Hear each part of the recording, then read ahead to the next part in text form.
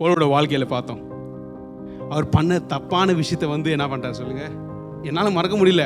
ஆனால் ஒன்று மாத்திரம் நான் பார்க்குறேன், தேவன் எனக்கு வச்சிருக்க வாழ்க்கையை நோக்கி நான் முன்னாடி போகிற தேவன் எனக்காக ஒரு பந்தய பொருளை வச்சுக்கிறார். அதை நோக்கி நான் லக்கை நோக்கி ஓடினேங்கிறேன்.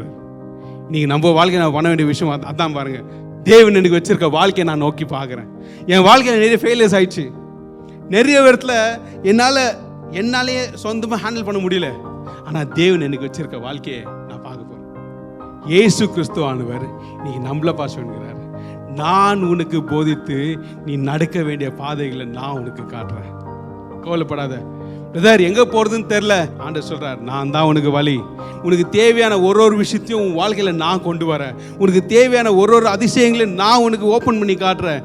நான் உனக்கு போதித்து நீ நடக்க வேண்டிய பாதைகளை எல்லாத்தையும் நான் உனக்கு காட்டுறேன்.